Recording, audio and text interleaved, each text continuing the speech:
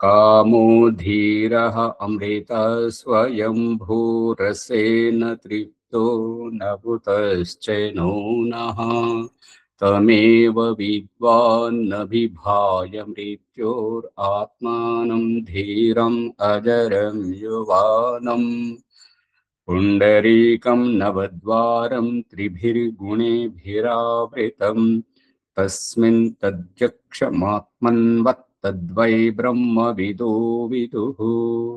ఓం శాంతి శాంతి శాంతి ఓం. సత్యార్థ ప్రకాశము అధ్యాత్మ సత్సంగానికి వచ్చేసినటువంటి వారందరికీ నమస్తే, స్వాగతం, సుస్వాగతం. ఓం నమస్తే ఆచార్య. ఓం నమస్కారం ఆచార్య. సర్వేభ్యో నమో నమః. నమస్తే. ఏమైనా సందేహాలు ఉంటే అడగండి. సత్యార్థ ప్రకాశము నవమ సముల్లాసము 210వ పుటలో ఉన్నాము, చూడండి. ఈ కోశములు అవస్థలు అనువాని నుండి జీవుడు వేరుగా ఉన్నాడు. అంటే ఈ కోశములు జీవుడు కాదు, మరియు ఇంద్రియాలు జీవుడు కాదు, శరీరము జీవుడు కాదు, శరీరంలో ఉండేటువంటి సామర్థ్యాలు కూడా జీవుడు కాదు. సామర్థ్యము వేరు, జీవుడు వేరు. ఇప్పుడు నేను వేరు, నా శక్తి సామర్థ్యాలు వేరు, నేను వేరు, నా తెలివితేటలు వేరు. ఈ విధంగా జీవుడు వేరు అనేటువంటిది ఈ కోశముల నుండి, ప్రాణముల నుండి, ఇంద్రియాల నుండి, శరీరము నుండి, శక్తి సామర్థ్యాల నుండి వేరుగా జీవుణ్ణి చూపిస్తున్నాడు. అవస్థల కంటే జీవుడు వేరని ఎల్లరకు తెలియను, అందరూ గుర్తించాలి. ఏలయనా, ఎందుకనంటే మరణము సంభవించినప్పుడు జీవుడు పోయనేని ఎల్లరూ చెప్పుదురు. తెచ్చ అని పోయాడు, చనిపోయాడు అని చెప్తున్నారు. ఆశ్చర్యం ఏంటంటే, ఎవరినైతే మనం బ్రతికున్నన్ని రోజులు పుట్టినప్పటి నుండి ఈ చనిపోయిన ఈ క్షణం వరకు ఎవరినైతే చూసామో వారు ఇక్కడే ఉన్నారు. అదే ముక్కు, అదే కళ్ళు, అదే ముఖము, అదే కాళ్ళు, చేతులు, అదే శరీరము, అన్నీ ఇక్కడే ఉన్నాయి. కానీ చ అని పోయారు, చనిపోయారు. ఎవరు పోయారు అది ఇక్కడ చెప్పబడుతుంది. ఎవరు పోయారు అనేటువంటిది. ఆ జీవుడే అన్నింటికి ప్రేరకుడు, అన్నింటినీ ధరించువాడు, సాక్షి, కర్తయు, భోక్తయు అనబడును. ఈ యొక్క దేహంలోకి వచ్చింది ఇన్నాళ్ళు నేను అని ఈ స్త్రీ పురుష దేహంతో బ్రతికి ఉండి వ్యవహారం చేసినటువంటిది ఇప్పుడు నిర్జీవంగా ఉండడం. నిర్జీవంగా ఉండడం అంటే వాహనమును నడిపించే వ్యక్తి వాహనాన్ని దిగిపోయాడు. వాహనాన్ని నడిపే వ్యక్తి దిగిపోయినప్పుడు వాహనం ఆగిపోతుంది. కాబట్టి ఈ యొక్క దేహంలో ఉండేటువంటి ఆత్మ వెళ్ళిపోయాడు అనేటువంటిది అభిప్రాయం.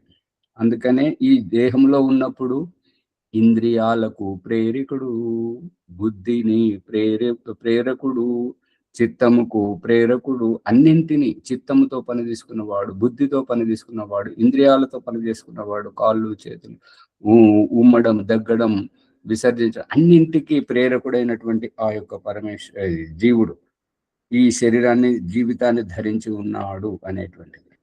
ఈ యొక్క సాక్షి యొక్క అభిప్రాయం ఏమిటంటే,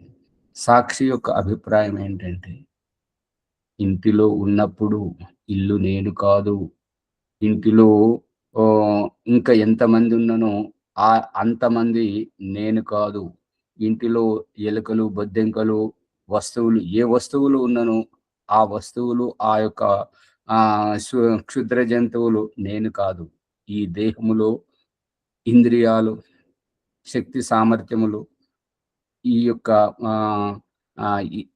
ఈ ఈర్ష, ద్వేషాలు, ఇవి నేను కాదు, ఇవి నేను వ్యక్తపరుస్తున్నాను అనేటువంటిది సాక్షిభూతంగా ఉండి తెలుసుకోవడం. ఈ క్రియలు నేను కాదు, క్రియలు నేను చేస్తున్నాను, పని నేను చేస్తున్నాను, కానీ పనిని నేను కాదు. పనిని చేసే సామర్థ్యం నాలో ఉంది, కానీ పనిని నేను కాదు. నేను పనివాణ్ణి అనిపించుకుంటాను, కానీ పనిని నేను కాదు. పని చేసే సామర్థ్యం నాలో ఉంది కాబట్టి పనివాణ్ణి అనిపించుకుంటాను. అన్ని తుమ్మే దగ్గేటువంటిది అన్నింటికి సాక్షిగా తుమ్ముతున్నట్టుగా కనబడుతున్నది శరీరము, దగ్గుతున్నట్టుగా కనబడుతున్నది శరీరము, ఊముతున్నట్టుగా కనబడుతున్నది శరీరము, కోపగించుకుంటున్నట్టుగా కనబడుతున్నది శరీరం, కానీ వీటన్నిటి వెనక నేను సాక్షిగా ఉన్నాను అని ఆత్మతత్వాన్ని గుర్తింపజేయడం దయానంద సరస్వతి మనకు నేర్పిస్తున్నాడు. సాక్షి దేహంలో ఈ రక్తమును నేను కాదు, ఈ గాయమును నేను కాదు, ఇవన్నీ దేహంలో జరుగుతున్నటువంటి మార్పులు. ఈ వాహనంలో ఉన్నప్పుడు టైర్ పంచర్ కావడం, ఆయిల్ అయిపోవడం, లేదంటే ఇంకెవరో వచ్చి వాహనానికి ఢీ కొట్టడం, దానివల్ల క్షతవిక్షతం వాహనం కావడం, దానితోటి వాహనం నడిపేటువంటి వాహనం యొక్క యజమానుడు, అయ్యో నా వాహనం ఇట్లయింది, పంచర్ అయిపోయింది, నూనె అయిపోయింది అని చెప్పేసి తనకేదో అయిపోయినట్టుగా బాధపడుతున్నటువంటి ఆ రహస్యమే ఈ దేహములో జరిగేటువంటి దేహం పట్ల జరిగేటువంటి వ్యవహారముకు సాక్షి ఆత్మ. ఈ రహస్యాన్ని గుర్తించాలి. సాక్షి వేరు. సాక్షి అంటే తమాషా చూడడం. ఎవరైతే తమాషా చూస్తారో వారు నిర్మలంగా ఉంటారు. ఎవరైతే భోగం అందులో అయ్యో అయిపోయింది అనేటువంటి భోగభావం ఉన్నటువంటి వారికే ఈ బాధలు, ఈ నొప్పులు అనేటువంటివి. ఇప్పుడు మనం చెప్పుకుంటున్నటువంటిది ఏంటంటే, పురుడు పోసుకోవడానికి పురుడి నొప్పులతో ఇబ్బంది పడుతున్నటువంటిది కూతురైతే ఆ కూతురు కంటే ఎక్కువ తల్లి ఏడుస్తుంటుంటది. ఇదొకటి. ఇంకొకటి, ఎవరో వచ్చి మన వాహనం కింద పడి వాళ్ళు చనిపోతే, అయ్యో నా వాహనం తోటి చనిపోయాడని ఇంకొకరు. మళ్ళీ ఇంకొకరు ఏంటంటే, తన కడుపున పుట్టిన బిడ్డ 9 మాసాలు మోసి పురుడు పోసుకొని ఒక్కగానొక్క కొడుకును కన్నటువంటి తల్లి ఈ కొడుకు శవాన్ని చూసుకుంటూ ఏడవకుండా సాక్షిగా ఉండడం, ఇది రహస్యం. సాక్షిగా గుర్తించగలగాలి. ఆత్మతత్వం. ఈ సాక్షితత్వాన్ని గుర్తిస్తే అప్పుడు మనకు ఆత్మ సాక్షాత్కారం అవుతుంది. ఈ సాక్షి భావాన్ని మనం తెలుసుకోవాలి. అర్థమవుతుందా? వరలక్ష్మమ్మ గారు, ప్రభాకర్ గారు, అందరు ఊరికే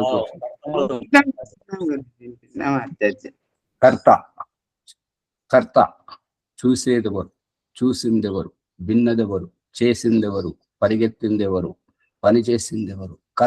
కర్తతత్వం కనపడాలి. చేసేవారి తత్వం కనపడాలి. రాస్తున్నది ఎవరు,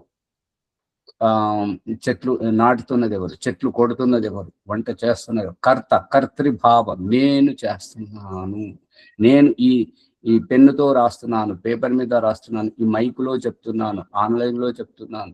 ఈ రకంగా నేను చెప్తున్నాను. నేను వేరు, ఈ ఆన్లైన్ వ్యవస్థ వేరు, నేను వేరు, పేపర్ వేరు, నేను వేరు, పెన్ను వేరు, రాసే భావం వేరు, నేను వేరు. కర్తృత్వ భావము. నేను వేరు, వంట వేరు, నేను వేరు, మొక్క వేరు, నేను వేరు, విత్తనం వేరు, నేను వేరు, భూమి వేరు, నేను వేరు, నాటడం వేరు. కర్తృత్వ భావము.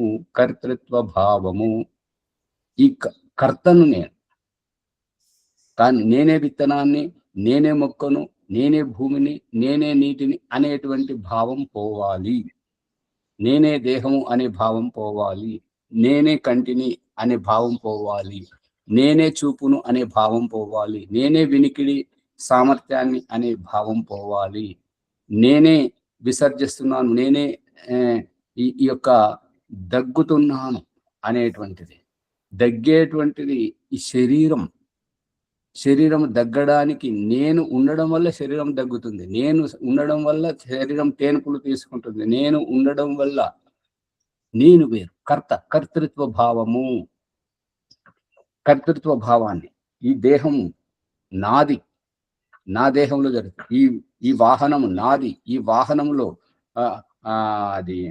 అది ఎటువంటిదంటే ఈ భోగభావము ఒక పిసినారి వాడు అందరి అతని స్వభావాన్ని చూసి దగ్గరికి రానివ్వకపోవడం వల్ల అతడు చాలా ఇబ్బంది పడుతున్నాడు అక్కడిక్కడికి పోవడానికి. ఇక అందరు అన్నారు కదా, నీ దగ్గర డబ్బులు ఉన్నాయి కదా, ఎవరికి ఇవ్వవు చేయవు, నీకోసం వాహనం తీసుకో అంటే అది ఎంతో ఇష్టపూర్వకంగా ఒక కారును కొన్నాడు. మా మొట్టమొదట డ్రైవర్ను పురమాయించుకొని యాత్ర చేస్తున్నాడు.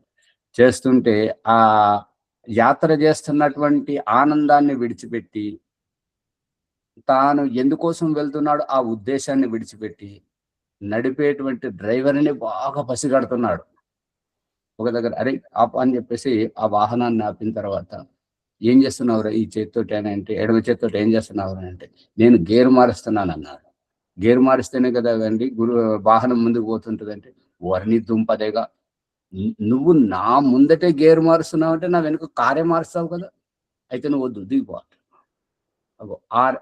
అటువంటిది ఈ దేహము మమైక్యం, నాదే ఈ జీవితం అనేటువంటిది ఆ రకంగా భావించుకోవడం, ఇది మృత్యువుకు సూచకం. ఈ దయానంద సరస్వతి మనకు నేర్పిస్తున్నటువంటిది సాక్షి భావము, కర్త, భోక్త. భోక్తి భావం, భోక్త భావంలో ఉన్నప్పుడు, భోగభావంలో ఉన్నప్పుడు, భోక్తగా ఉన్నప్పుడు దుఃఖమే దుఃఖము, దుఃఖమే దుఃఖము. సాక్షిగా ఉన్నప్పుడు నాలో కాదు కదా, నా శరీరం నేను కాదు కదా. ఇలా ఒక్కసారి అని చూడండి. ఎప్పుడైనా గాయమైనప్పుడు, దెబ్బ తగిలినప్పుడు, ఎవరైనా తిట్టినప్పుడు, ఇప్పుడు దయానంద సరస్వతి నిజ జీవితంలోని ఘటన ఏంటంటే, పనిగట్టుకొని ఈ పౌరాణికులు స్వామీజీని తిట్టి రెచ్చగొట్టాలనేటువంటి ఉద్దేశంతో నోటికొచ్చిన భూతులన్నీ తిట్టించడానికి ఆ స్వామీజీకి కొద్ది దూరంలోనే తిట్టిపిస్తున్నారు అన్నట్టు. ఒక వ్యక్తిని కూర్చుండబెట్టి అతనికి అన్ని వ్యవస్థలు చేస్తున్నారు. సరే, అతను తన కుటుంబ పోషణ జరుగుతుంది కదా ఈ విధంగా అని చెప్పేసి అతను దయానంద సరస్వతిని తిట్టడానికే ఉన్నాడు. దయానంద సరస్వతి దగ్గరికి వచ్చినటువంటి భక్తులు మిఠాయిలు, పండ్లు అవన్నీ తీసుకొని వస్తుంటే, ఇక్కడ వీళ్లకు పంచిపెట్టగా మిగిలినటువంటివన్నీ అతని దగ్గరికి పంపించేవాడు. ఎవరైతే దయానంద సరస్వతిని తిడుతున్నాడో అతని దగ్గరికి పంపించేవాడు. పంపిస్తుంటే దయానంద సరస్వతి అనుకున్నాడు, నేను ఇతన్ని తిట్టకుండా రోజు తిడుతున్నాను, అలసిపోయేటట్టుగా తిడుతున్నాడు, ఇతను ఏమాత్రం రెచ్చిపోకుండా మళ్ళీ నాకు పండ్లు మిఠాయిలు పంపిస్తున్నాడు అంటే అతను ఎంత మంచివాడు అని చెప్పేసి అతని హృదయం మార్పు జరిగింది. అందుకని తను చేసే తప్పు తను తెలుసుకున్నాడు. ఇక అదే రూపకంగా ఇంకొక ఘటన, గౌతమ బుద్ధుడిని ఒక వ్యక్తి దుర్భాషలాడుతూ తిట్టడం చేస్తున్నాడు. ఇక గౌతమ బుద్ధుడు ఏమన్నాడు, నీ పని అయిపోయిందా అంటే, నువ్వు తిట్టడం అయిపోయిందా అంటే, అయిపోవడం ఏంటి, నేను తిడితే నీకు రేషం రావట్లేదా, ఉద్రేకం రావట్లేదా, కోపం రావట్లేదా అంటే, అప్పుడు గౌతమ బుద్ధుడు నవ్వి ఏమంటాడంటే, నేను ఈ రకంగా రెచ్చిపోతున్నప్పుడు నువ్వు రాలేదు, ఈ మాటలకు నేను కోపం ఇచ్చుకుంటున్నప్పుడు అప్పుడు నువ్వు వచ్చి తిట్టలేదు, నేను ఈ స్థితికి అధిగమించి సాక్షిభూతంగా ఉన్నప్పుడు నువ్వు వచ్చావు. అందుకని నాకు ఒక మాట చెప్పు, నీకు ఎవరైనా ఏదైనా వస్తువు తెచ్చి ఇచ్చారనుకో, లేదంటే నువ్వే ఇంకొకరికి ఏదైనా పండ్లు ఫలాలు ఏదైనా వస్తువు తెచ్చి ఇచ్చావనుకో, ఆ వస్తువు వాళ్ళు తీసుకోకపోతే ఎవరి దగ్గర ఉంటుంది, ఆ పండ్లు ఫలాలు ఎవరి దగ్గర ఉంటాయంటే, నేను తీసుకొస్తే నా దగ్గరే ఉంటాయి. అంటే అర్థమైందా, నువ్వు తిట్టేటువంటి తిట్లు నేను గ్రహించట్లేదు, ఉద్రేకం పడట్లేదు, నాకు కోపం రావట్లేదు అంటే అది నీ తిట్లు, నువ్వు తిట్టేది నీకే వర్తిస్తాయి కదా అంటే, అతడు అన్నాడు, మహాత్మా, ఈ తిట్లకు కోపం రానటువంటి అవస్థ నువ్వెక్కడ నేర్చుకున్నావు, నువ్వు ఈ తిట్లను గ్రహించినటువంటి స్థితికి నువ్వు ఎలా చేరుకున్నావు అంటే, నువ్వు రా నాతో పాటు కూర్చుని నాతో పాటు నేనేం చేస్తాను, నేనేం మాట్లాడతాను, ఏం చదువుతాను, నేను చెప్పేది విను, నీవు కూడా ఈ రకంగా తయారవుతావు. ఈ తిట్లతోటి, గాలికి పోయేటువంటి శబ్దాలతోటి నువ్వు రెచ్చిపోవడం ఏంటి. అందుకని సాక్షిగా ఉన్నప్పుడు, కర్తగా ఉన్నప్పుడు, కర్తను నేను, చేసేవాడిని నేను, నేను నా ఇష్టం అనేటువంటిది కర్తృభావం. భోక్త భావం అంతా నాదే అనేటువంటిది భోక్త భావం. ఈ రకంగా జీవుడు సాక్షి, భోక్త, కర్త అనబడతాడు. జీవుడు కర్తయు భోక్తయు కాడని చెప్పు వాడు అజ్ఞాని. ఎవరైతే కర్తగాడు అని అంటారో, భోక్తగాడు అని అంటారో, అటువంటి వారు సాక్షి భావాన్ని గుర్తించడమే అరుదు. కాబట్టి అటువంటి వారు అజ్ఞానులు. వారి వారి మాటలను లెక్క చేయరాదు. అవేవి అవి అవివేకి అని తెలుసుకొను. అట్లా ఎవరైతే భోక్తభావం, నేనే స్త్రీనని, నేనే పురుషునని, నేనే బలవంతుడనని, నేనే తెలివైన వాడినని, నాకంటే చతురుడు ఎవరు లేరని ఎవరైతే భావిస్తుంటారో వాళ్ళు అజ్ఞాని, అవివేకులు. నేను సాక్షిని, నేను కర్తను, నేను భోక్తను అని ఎవరైతే గుర్తిస్తుంటారో వారు జ్ఞానవంతులు అనబడుతుంటారు. ఎలయన జీవుడు లేని ఈ జడ పదార్థములకన్నింటికి సుఖదుఖముల భోగము కాని పుణ్యపాపముల కర్తృత్వము కాని ఎన్నడూ కలగజాలదు. ఇప్పుడు పంచభక్ష పరమాన్నములకు సుఖము దొరుకుతుందా, తెలుస్తుందా? పట్టు వస్త్రములకు, బంగారం వస్త్రాలకు, నూలు వస్త్రాలకు సుఖము తెలుస్తుందా? ఈ ఏసీ రూములో పండుకున్నప్పుడు ఈ ఎండాకాలంలో చల్లదనము తెలుస్తుందా గదికి? ఈ చలికాలంలో చల్లదనము తెలుస్తుందా? ఏది తెలియదు. అది అనుభవించేటువంటిది ఆత్మతత్వం, నేను అనేటువంటి ఆత్మతత్వం. ఆ ఆత్మతత్వాన్ని గుర్తించాలని చెప్పేసి దయానందుడు చెప్తున్నాడు. ఈ జడ పదార్థములకన్నింటికి సుఖదుఖ భోగము కాని పాపపుణ్యముల కర్తృత్వం కాని ఎన్నడూ కలగజాలదు. కానీ వీని సంబంధముతో జీవుడు పాపపుణ్యముల కర్తయు సుఖదుఖముల భోక్తయు అగుచున్నాడు. అంటే నేను ఉండడం వల్లనే, నేను వాహనం తీసుకోవడం వల్లనే, నా సుఖం కోసం నేను తీసుకున్నాను కాబట్టి ఈ వాహనం నడవలేకపోతుంది, ఇది చెడిపోయింది కాబట్టి దాన్ని బాగు చేసుకోవాలి, ఇది నా వాహనం, నా ఇష్టం అనేటువంటి విధంగా. ఇది నా శరీరం, నా ఇష్టం. ఈ శరీరానికి ఇప్పుడు వాహనాన్ని కడగడం, తొడవడానికి ఎట్లయితే ఒక వ్యక్తి చేస్తుంటాడో అదే రూపకంగా ఇంకొక వ్యక్తి శరీరాన్ని కడగడం, మంచి భోజనం తినిపించడం, ఈ యొక్క మంచి వస్త్రాలు వేయించడం, తొడుగుకోవడం, ఈ మంచి ఇంటిలో ఉండడం, మంచి నగలు ఆభూషణాలు ధరించడం, ఈ యొక్క దేహం మీద మోహముతో ఉండి తన ఆత్మతత్వాన్ని మర్చిపోతున్నాడు. ఇది ఎలాంటి పరిస్థితి అని అంటే, ఈ యొక్క కాశ్మీరు ఆ కొండ లోయలలో పయనిస్తున్నటువంటి వ్యక్తి ఈ యొక్క ఉదయాన బయలుదేరితే ఇతని అమాయకత్వం, ఎవరైతే బయలుదేరాడో అతని అమాయకత్వము మరియు ధన సంపన్నతను చూసి ఆ యొక్క రథము వాడు ఏమనుకున్నాడు అంటే, ఇతని వల్ల నాకు ఉపయోగం జరుగుతుందని చెప్పేసి అతను ఏమన్నాడంటే, స్వామి మీరు ఏ స్థాయిలో ఉన్నారో మీ యొక్క గొప్పతనాన్ని చూడండి, కానీ ఈ యొక్క గుర్రాలు ఇవి బక్కపలసగా ఉన్నాయి, ఇవి ఇటువంటి దాని మీద పోతే మీ స్థాయికి అవమానం, అది మాయను మచ్చగా వస్తుంటది, ఈ గుర్రాలను మార్పిద్దామంటే సరే మార్చగలుగుతాడు. ఆ తర్వాత కొంత దూరం వెళ్ళిన తర్వాత ఈ రథం పాడైపోయింది, ఆ చక్రాలు సరిగా తిరగట్లేదు, దీంతో మీ స్థాయికి మంచిది కాదు, మీ స్థాయి గొప్పగా ఉండాలి, వైభవంగా ఉండాలి, అతన్ని బాగా పొగుడుతుంటే సరే ఇలా చెయ్యమని చెప్పేసి తన వస్త్రాలు, తనకు ఆభూషణాలు, మంచి గుర్రాలు అన్ని మార్పించాడు. ఇంతట్లో ఏమి జరిగిందంటే, మా మేఘాల ఆవృతంతో గడగడమనుకుంటూ వచ్చి కొండ చర్యలు విరిగిపడ్డాయి, దారి ఆగిపోయేసరికి ఈ చీకటి పడేలోపు ఎక్కడికైతే చేరుకోవాలో చేరుకోలేకపోయాడు. ఆ రహస్యం ఇక్కడ ఏంటంటే, మనము దేహం మీద పడి ఈ యొక్క వస్త్రాల గురించి, తిండి గురించి, ఈ యొక్క భోగభాగ్యాల గురించి, నేను నా ప్రత్యేకత గురించి ఈ దేహంతో ఏదైతే పోటీ పడుతున్నామో ఆత్మతత్వాన్ని మర్చిపోతున్నాము, ఆత్మజ్ఞానాన్ని తెలుసుకోవడం మర్చిపోతున్నాము. ఏ రకంగానైతే పంచమహాభూతాల గుండా పురుషుని శుక్రకణం ద్వారా శ్రీ గర్భాశయంలోకి వచ్చి ఈ పిండంని ధరించాము, చివరికి మృత్యువులో ఈ మృత దేహాన్ని దాటి ముందుకు పోయేటువంటి ఆత్మతత్వాన్ని మర్చిపోయి మధ్యలో వచ్చినటువంటి ఈ తల్లి గర్భంలోని పిండము, ఇక పుట్టినటువంటి స్త్రీ పురుష దేహంతో ఈ చావు వచ్చే వరకు మంచి మందులు కావాలి, మంచి భోగభాగ్యాలు కావాలని ఈ దేహం పట్లనే ఆ మక్కువ చూపిస్తున్నారు, దేహంని పట్టుకొని పాకులాడుతున్నారే కానీ ఆత్మతత్వాన్ని ఎరగని వారు చివరికి బాధపడతారు, చివరికి ప్రాయశ్చిత్త పడుతుంటారు.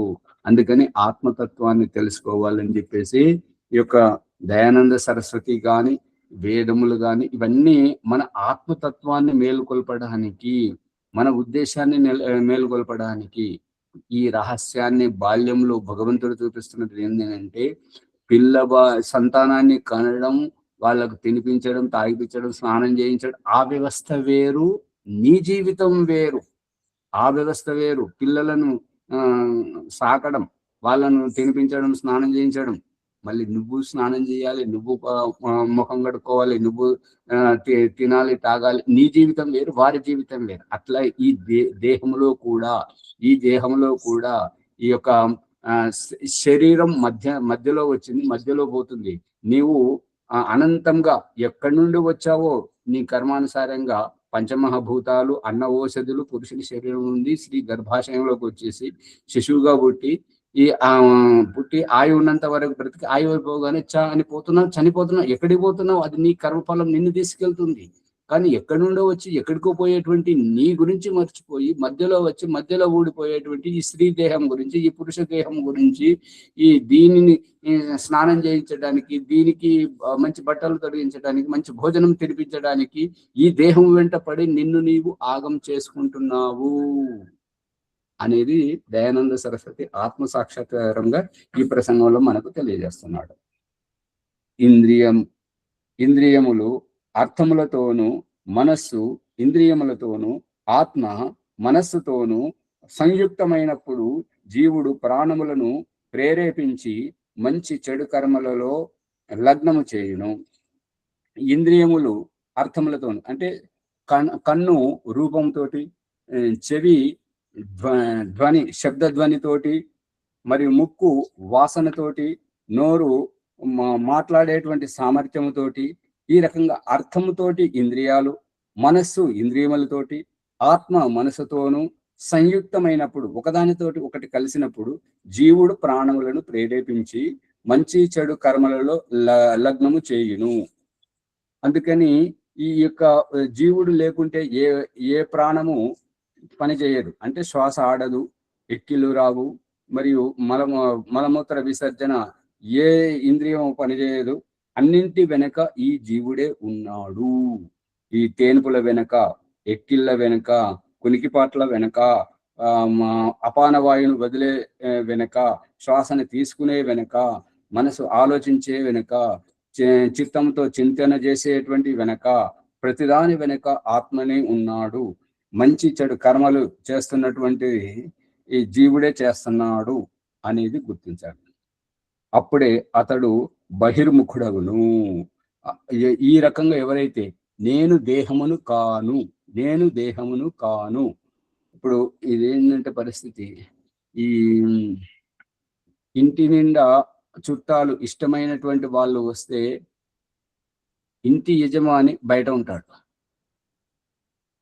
బయట ఉంటే చూసిన వాళ్ళని ఏమయ్యా ఎన్నలేదేమో బయట నిలబడ్డం అంటే ఇంట్లో చుట్టాలు వచ్చారు. ఈ రహస్యం ఇది ఇక్కడ ఏమని చెప్తున్నానంటే దయానంద సరస్వతి ఇక్కడ మళ్ళీ చూడండి. అప్పుడే అతడు బహిర్ముఖుడగుడు. ఏంటంటే ఇంద్రియాలు నేను కాదు, మనసు నేను కాదు, మరియు ఈ యొక్క చిత్తము నేను కాదు, అహంకారము నేను కాదు, ఈ యొక్క ప్రాణములు నేను కాదు, అన్నీ తెలుసుకున్న తర్వాత, ఈ దేహము నేను కాదని తెలుసుకున్న తర్వాత, నేనే మంచి చేస్తున్నాను, నేనే చెడు చేస్తున్నాను, మంచి కర్మల వెనక నేనే ఉన్నాను, ఇవన్నీ ఎప్పుడైతే తెలుసుకుంటాడో అప్పుడు ఈ భవబంధాల నుంచి బహిర్ముఖుడగును. అప్పుడు దేహంలో ఉన్న దేహాతీతుడు అనిపిస్తాడు.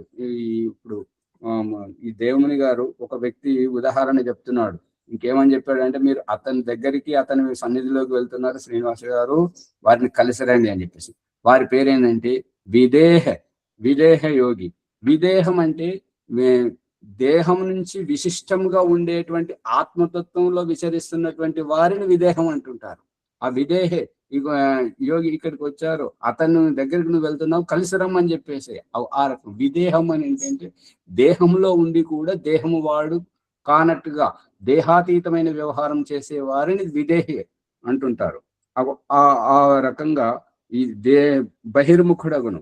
బహిర్ముఖుడు అని అంటే ఈ యొక్క దేహము వాడు కాకుండా, ఇప్పుడు ఇంకొక శబ్ద ప్రయోగం లేదంటే బహిర్ముఖుడు అంటే లౌకికుడు అనేటువంటి వ్యవహారం వస్తుంది. కానీ ఈ ఆధ్యాత్మికంలో దయానంద సరస్వతి మనకు నేర్పిస్తున్నటువంటిది ఏంటంటే ఇంద్రియాలు వేరు, ఇంద్రియాల ప్రయోజనాలు వేరు, మనస్సు వేరు, మనసు ప్రయోజనం వేరు, చిత్తము వేరు, చిత్తం యొక్క ప్రయోజనం వేరు, ఈ యొక్క దేహము వేరు, దేహం యొక్క ప్రయోజనాలు వేరు, ప్రాణము వేరు, ప్రాణముల యొక్క ప్రయోజనం వేరు. వీటన్నింటి వెనుక నేను ఆత్మను, జీవాత్మను ఉన్నాను. ఈ తత్వాన్ని తెలుసుకుంటున్నప్పుడు ఈ యొక్క అనుబంధాల నుండి బహిర్ముఖుడగును. అంటే బయటని చూడకుండా లోనే ఉండటం. బహిర్ముఖుడు అంటే బహిర్ముఖుడు అంటే ఇప్పుడు మొదటి ఆరంభ బహిర్ముఖుడు అనేటువంటిది ఇల్లు ఇడిచిపెట్టి బయట తిరగడము, బయట తిండ్లు తినడము, బయటనే ఉండడము, ఇంటి పక్కన రాకపోవడము, మరి భార్యను పిల్లలను చూడకపోవడము, దీన్ని బహిర్ముఖంగా గాలికి తిరగడం అంటుంటారు. ఇప్పుడు ఈ ఆధ్యాత్మికంలో దేహంలో ఉన్న దేహం గురించి ఆలోచించని వాడు, ఈ యొక్క దేహంలో ఉన్న ఇంద్రియాల గురించి ఆలోచించని వాడు, అటువంటి వారు వైకల్యంని పొందితే గుడ్డోడ అంటే అది ఈ రహస్యం అంత తొందరగా అర్థం కాదు. అది మరొక దృష్టాంతం ఏంటంటే, రామకృష్ణ పరమహంస అమెరికాకు వెళితే అతన్ని అక్కడ ఇతని వ్యవహారం నచ్చక తిట్టారు. తిడితే అతను తిరిగి తన నివాసానికి వచ్చి తన అనుయాయులతో చెప్తున్నాడు. ఏమని చెప్పంటే, ఈరోజు ఒక విచిత్రం జరిగింది. ఏంటంటే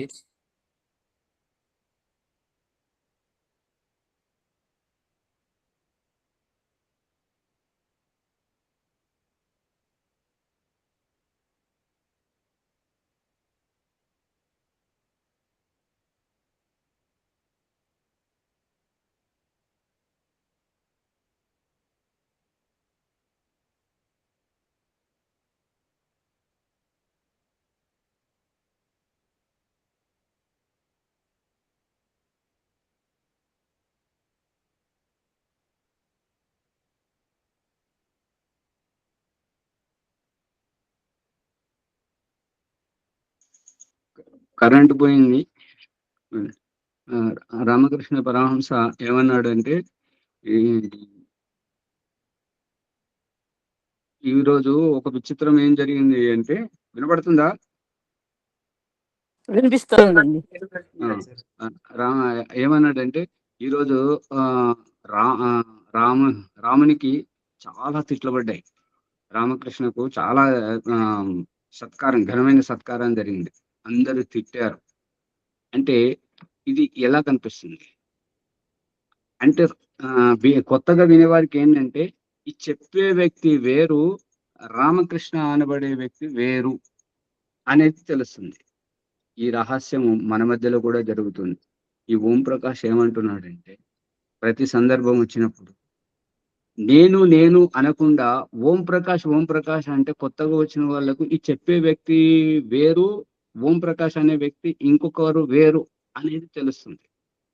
ఈ రకంగానే మనము మన నిజ జీవితంలో ప్రతి ఒక్కరూ నేను అనేటువంటిది దేహభావము, స్త్రీ పురుష భావం.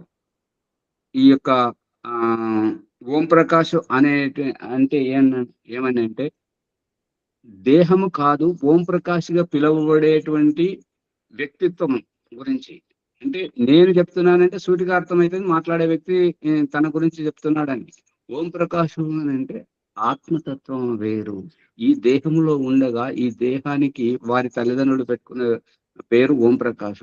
ఈ ఓం ప్రకాష్ వ్యవహారంలో ఇలా చేశాడు అనేటువంటి, అంటే దేహాన్ని వేరు, వ్యవహారాన్ని వేరు, ఆత్మతత్వాన్ని వేరు. ప్రతి ఒక్కరూ తమ నిజ జీవితంలో ఈ రకంగా చూసుకోవాలని చెప్పేసి దయానంద సరస్వతి మనకు చెప్తున్నారు. అందుకని ఈ ఆత్మతత్వాన్ని సాక్షిభూతంగా చూడాలి. సాక్షిభూతంగా చూడాలి. ఇంద్రియాలతో నేను పని చేస్తున్నాను, చేతులతో నేను పని చేస్తున్నాను, కాళ్ళతో నేను నడుస్తున్నాను, ముక్కుతో నేను శ్వాస పీల్చుకుంటున్నాను, కళ్ళతో నేను చూస్తున్నాను, చెవులతో నేను వింటున్నాను. ఈ యొక్క కళ్ళు, ముక్కు, చెవులు, కాళ్ళు, చేతులు నేను కాదు అనేటువంటిది ఈ దేహం నుండి బయటకు తీసుకొస్తున్నాడు. అందుగురించి బహిర్ముఖుడైనప్పుడు ఏంటంటే ఆత్మతత్వంగానే, పరమాత్మతత్వంగానే నేను పరమాత్మని బడిలో ఉన్నాను, పరమాత్మని వ్యవస్థలో ఉన్నాను, భగవంతుడు నాకు ఈ అవకాశం కల్పించాడు అనేటువంటిది ఈ ఈ దేహం విషయంలో ఇక ఈ రకంగా బహిర్ముఖుడైనప్పుడు ఈ వ్యక్తి భోజనం చేస్తే భోజనముని రుచి చూడడు. భోజనమును రుచి చూడడు. ఏంటంటే తనకు లభించిందా లేదా, ఎంతవరకు తినాలో అంతవరకు. ఓం ప్రకాష్ ఆధ్యాత్మిక సత్సంగంలో అన్వేషిస్తున్నప్పుడు ఒక వ్యక్తి దొరికాడు. ఏంటంటే శరీరానికి ఒక అక్కడ ఉత్తర భారతంలో రొట్టెలు తింటారు. రొట్టెలు అంటే ఇది 3 రొట్టెలతో బతుకుతున్నప్పుడు 4వ రొట్టె ఎందుకు ఇవ్వాలి అనేటువంటిది రొట్టెలను లెక్కబెట్టి తీసుకునేటువంటి వాడు. ఇక దయానంద సరస్వతి ఆయుర్వేద చికిత్స చేస్తున్నప్పుడు సంతానం కానటువంటి వారికి ఎందుకు సంతానం కావట్లేదు అని అంటే వారి శరీరంలో కొన్ని తత్వాలు పెరిగిపోయాయి, అవి తగ్గించాలి. వారి శారీరక స్థూలత్వాన్ని తగ్గించడానికి అన్నము ముద్దలు లెక్కబెట్టి చెప్పాడు. 8 ముద్దల కంటే ఎక్కువ తినాల్సిన అవసరం లేదని చెప్పేసి ఆ రకంగా తగ్గించి చూపించాడు. అన్నం ముద్దలను లెక్కబెట్టేటువంటి ఈ వ్యవహారాన్ని నేను ఒక్కొక్కసారి చూస్తుంటే ఎంత ఆనందం వస్తుందని అంటే మన జీవితం ఈ రకంగా ముడిపడి ఉన్నదా, మనం తిండి కోసం, మనం ఈ వ్యవహారం కోసం ఈర్ష్య ద్వేషాల్లో పడి మన జీవితాన్ని ఈ రకంగా చేసుకుంటున్నామా అనేటువంటిది. అంటే ఈ ఈ భోజనానికి, వాహనానికి ఇంజన్ లో ఆయిల్ పోస్తున్నట్టుగా, దానికి రిపేర్ చేస్తున్నట్టుగా ఈ దేహానికి భోజనం ఇస్తున్నాం, దీని శరీరాన్ని కడుగుతున్నాం, వాహనాన్ని కడుగుతున్నాం. తేడా ఏమున్నది? అక్కడ వాహనాన్ని కడిగేది యజమానుడు, ఇక్కడ శరీరానికి స్నానం చేసేటువంటిది. 84 లక్షల జీవరాశులలో ఈ స్నానము, వస్త్రాలు మార్చేటువంటిది కేవలం మానవ జీవితానికి మాత్రమే ఉన్నది.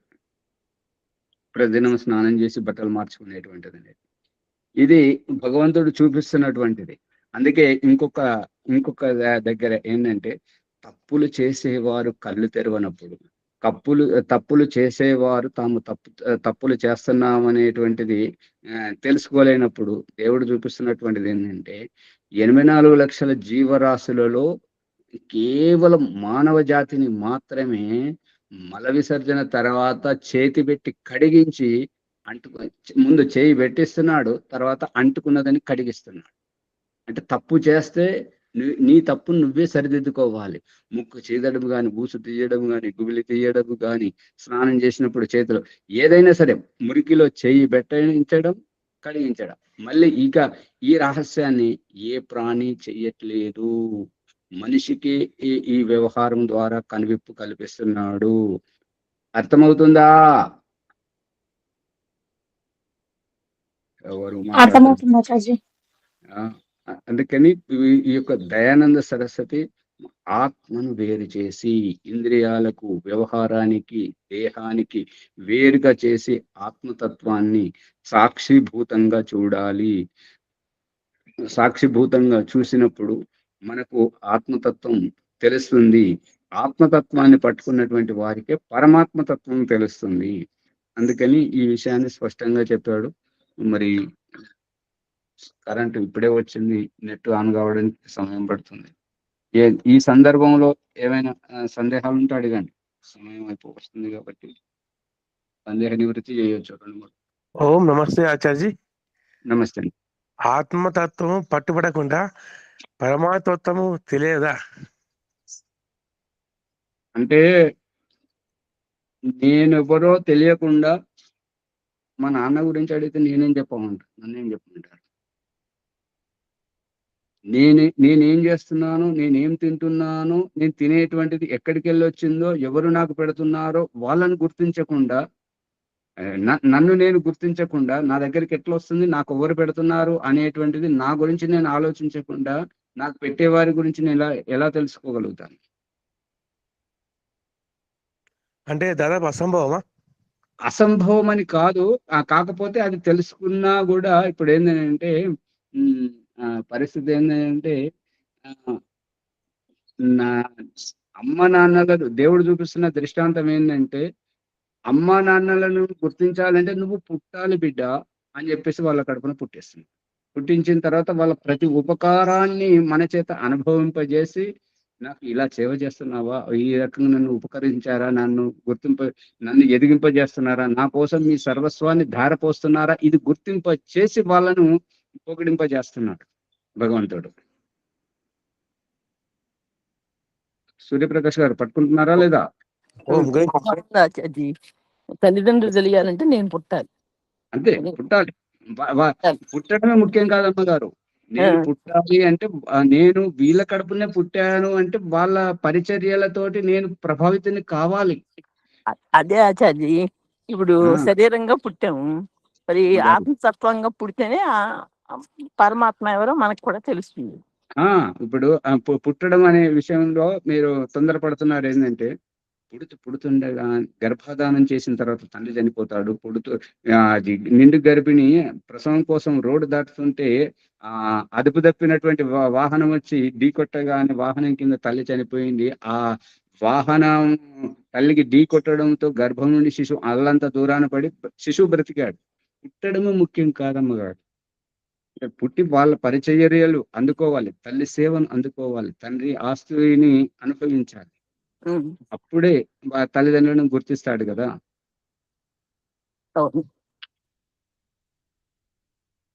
ఆత్మగా మరో జన్మ ఎత్తాలి మనం. అంతే కదా. ఇప్పుడు తల్లిదండ్రులను అనుభవపూర్వకంగా అనుభవించాలి. ఇది అసలైనటువంటిది. అనుభవిస్తే గాని అదేంటే మనకి ఆనందం ఏంటో మనకు తెలియదు. ఇప్పుడు దయాది భగవంతుడు ఇంకొక రూపకంగా చూపిస్తున్నాడు. ఏంటంటే ఉప్పేంటిది, పప్పేంటిది, దెబ్బేంటిది, గాయమేంటిది అనేటువంటిది ఆ బాధను అనుభవింపజేసి చూపిస్తున్నాడు అమ్మగారు. నొప్పి ఎట్లుంటది, ఉప్పు ఎట్లుంటది, కారం ఎట్లుంటది అనేది అది తినిపించి దాని రుచితోటి చూపిస్తున్నాడు, అనుభవంతో చూపిస్తున్నాడు. పట్టుకుంటున్నారా లేదా? అవునా సార్.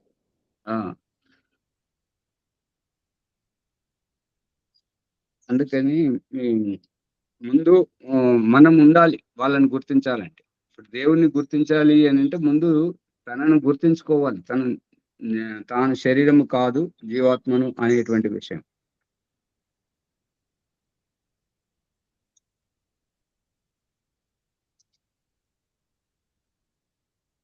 ఏమైనా అడగండి.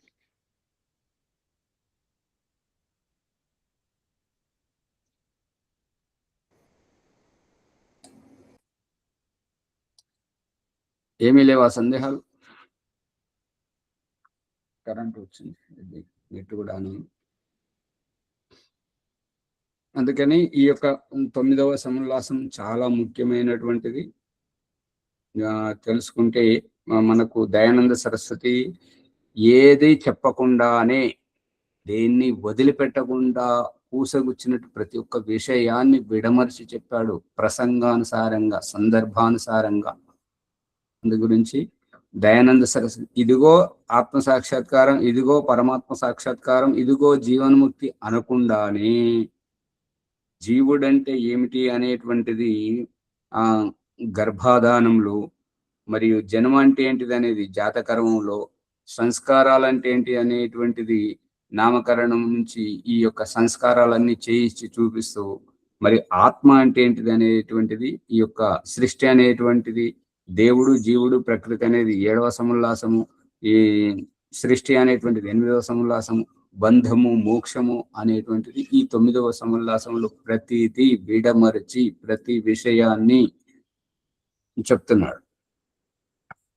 మరి సమయం అతీతమవుతుంది కాబట్టి తొందరగా వస్తే ఇంకా కొంత మంచి విషయాలు తెలుసుకోవచ్చు. ముందుకు తీసుకెళ్ళండి. విషయాన్ని మొదలు పెడితే ఇంకా మరి ఇంకా సమయం పోతుంటది కదా. అప్పుడే వరలక్ష్మి అమ్మగారు అంటున్నారు, వెలుతురు వస్తుంది, తొందరగా మొదలు పెడితే బాగుంటుంది అని చెప్పేసి. అందుకని మీరు తొందరగా వస్తే ఇంకా తొందరగా మొదలు పెట్టచ్చు. ప్రభాకర్ గారు లేనట్టున్నారు, ఇంకెవరైనా ముందుకు తీసుకెళ్ళండి. బాలాజీ గారు కానీ వరలక్ష్మి అమ్మ గారు ముందుకు తీసుకెళ్ళండి.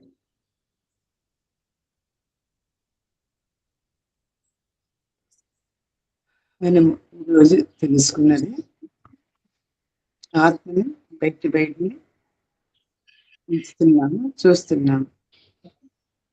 అంటే బహిర్ముఖం కాకుండా ఏంటి చెప్పారు, బహిర్ముఖం. అమ్మగారు విదేహ అది సాగదేయకండి, చెప్పడానికి వస్తలేదు. సంధ్యోపాసన చెప్పండి. ఈ ఎపిసోడ్ గురించి చెప్పి సంధ్యోపాసన చేయించండి. ఈ ఎపిసోడ్ ని లైక్ చేయండి, సబ్స్క్రైబ్ చేయండి, మళ్ళీ వినండి. ఆత్మ గురించి తెలుసుకోవడానికి, సాక్షిభూతంగా ఉండడానికి గురించి బోధించేది ఆచార్య. సంధ్యోపాసన ఎవరున్నారు ఈరోజు కొత్తగా వచ్చి వాళ్ళు చేయించండి. ఓం నమస్తే. రాజమణమ్మ గారు వారు ఎవరు అన్నట్టున్నారు ఇవాళ.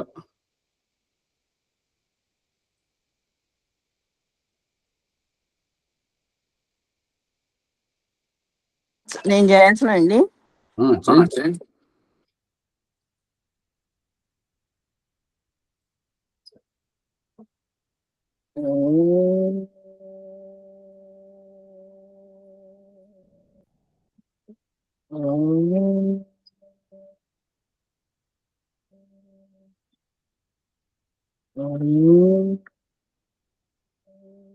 ఓం అమృతోపస్తరణమసి స్వాహ. ఓం అమృతపిదానమసి స్వాహ. సత్యం యశః శ్రీర్మయ శ్రీ శ్రైతాం స్వాహ. ఓం వాక్ వాక్. ఓం ప్రాణః ప్రాణః. ఓం చక్షుః చక్షుః. ఓం స్తోత్రం స్తోత్రం. ఓం నాభిః. ఓం హృదయం. ఓం కంఠః. ఓం శిరః. ఓం బాహుభ్యాం యశో బలం. ఓం కరతలకరపృష్ఠే మార్చాను మంత్రం. ఓం భూః పునాతు శిరసి. ఓం భువః పునాతు నేత్రయోః. ఓం స్వః పునాతు కంఠే. ఓం మహః పునాతు హృదయే. ఓం జనః పునాతు నాభ్యాం. ఓం తపః పునాతు పాదయోః. ఓం సత్యం పునాతు పునః శిరసి. ఓం కం బ్రహ్మ పునాతు సర్వత్ర. ప్రాణాయామం. ఓం భూః. ఓం భువః. ఓం స్వః. ఓం మహః. ఓం జనః. ఓం తపః. ఓం సత్యం అగమశ్రమం. ఓం ఋతం చ సత్యం చ బీజాత్ తపసోऽధ్యజాయత. తతో రాత్రజాయత తతః సముద్రో ఆర్ణవః. ఓం సముద్రాదర్ణవాదది సంవత్సరో అజాయతః. అహోరాత్రాణి విదిదద్విశ్వస్య మిషతో వసి. ఓం సూర్యాచంద్రమసౌ దాతా యథా పూర్వమకల్పయత్. ఓం దివించ పృథ్వీంచ అంతరిక్షో మదో స్వః. ఓం సన్నో దేవీరభిష్టయ ఆపో భవంతు పీతయే. సంయోరవిస్రవంతు నః. మనసా పరిక్రమం. ఓం ప్రాచేదిగ్నిరజపతి అధిపతిరసితో రక్షితాదిత్య ఇషవః. తేభ్యో నమో అధిపతిభ్యో నమ రక్షితుభ్యో నమ ఏషభ్యో నమ ఏభ్యో అస్తు. యోస్వాం ద్వేష్టియం వయం దిష్మస్వం భోజంబే దద్మః. ఓం దక్షిణాదిక్ ఇంద్రోధిపతిస్తరశ్చరాజీ రక్షితా పితరైషవః. తేభ్యో నమో అధిపతిభ్యో నమ రక్షితుభ్యో నమ ఈశుభ్యో నమ ఏభ్యో అస్తు. యోస్మాన్ ద్వేష్టియం వయం దిష్మస్వం భోజంబే దద్మః. ఓం ప్రతీచే దిగ్వరుణోధిపతిః హృదా కో రక్షితాన్నమిషవః. తేభ్యో నమో అధిపతిభ్యో నమ రక్షితుభ్యో నమ ఈశుభ్యో నమ ఏభ్యో అస్తు. యోస్మాన్ ద్వేష్టియం వయం దిష్మస్వం భోజంబే దద్మః. ఓం ఉదీచే దిక్సోమోధిపతిః స్వజో రక్షితా సనిర్షవః. తేభ్యో నమో అధిపతిభ్యో నమ రక్షితుభ్యో నమ ఈశుభ్యో నమ ఏభ్యో అస్తు. యోస్మాన్ ద్వేష్టియం వయం దిష్మస్వం భోజంబే దద్మః. ओम ध्रुवादिग्विष्णुरधिपतिः कल्माशाग्रीवो रक्षिता विरुद इषवः तेभ्यो नमो अधिपतिभ्यो नम रक्षितुभ्यो नम ईशुभ्यो नम येभ्यो अस्तु योऽस्मान् द्वेष्ट्यं वयं दिश्मस्मं वोजम्बे दद्मः ओम ऊर्ध्वादिग्बृहस्पतिः स्वित्रो रक्षिता वर्षमिषवः तेभ्यो नमो अधिपतिभ्यो नम रक्षितुभ्यो नम ईशुभ्यो नम येभ्यो अस्तु योऽस्मान् द्वेष्ट्यं वयं दिश्मस्मं वोजम्बे दद्मः ओम जातवेदसे सुनवाम सोममरातीयतो निदहाति वेदः सनः पर्षदति दुर्गाणि विश्वानावेव सिन्धुं दुरितत्याग्निः क्षेत्रं देवानामुदगादनीकं चक्षुर्मित्रस्य वरुणस्याग्नेः आप्राद्या वा पृथिवी अन्तरिक्षं सूर्य आत्मा जगतस्तशुषच्चः उदुच्यं जातवेदसं देवं वहन्ति केतवः दृश्ये विश्वाय सूर्यं वद्वयं तमसस्परिस्वः पश्यन्त उत्तरं देवं देवत्र सूर्यमगन्मज्योतिरुत्तमं तच्चक्षुर्देवहितं पुरस्ताचुक्रमुच्चरत् पश्येम सरदस्यतं जीवेम सरदस्यतं शृणुयाम सरदस्यतं बभ्रवाम सरदस्यतम् अदीनास्याम सरदस्यतं भूयच्च सरदस्यतात् ओम सन्नो देवीरविष्टय आपो भवन्तु पीतये संयोरविस्रवन्तु नः गुरुमन्त्रम् ओम भूर्भुवस्वः तत्सवितुर्वरेण्यं भर्गो देवस्य धीमहि धियो यो नः ప్రచోదయాత్. ఓ పరమేశ్వర దయానిధి, మీ కృప వల్ల జపోపాసనాది కర్మములు చేసిన మేము ధర్మ అర్థ కామ మరియు మోక్షముల సిద్ధిని సత్వరముగా ప్రాప్తించుకునేట్లు అనుగ్రహించు తండ్రి. నమస్కారం. మంత్రం. ఓం నమ శంభవాయ చ మయో భవాయ చ నమ శంకరాయ చ మయస్కరాయ చ నమ శివాయ చ శివతరాయ చ. ఓం పునరాచమన మంత్రం. ఓం సన్నో దేవీరభీష్టయ आपो भवन्तु पीतये संयोरविस्रवन्तु नः. ओम शांति शांति शांति. నమస్తాచారి, అవకాశం ఇచ్చినందుకు ధన్యవాదాలు. శాంతి పాట వరలక్ష్మి గారు.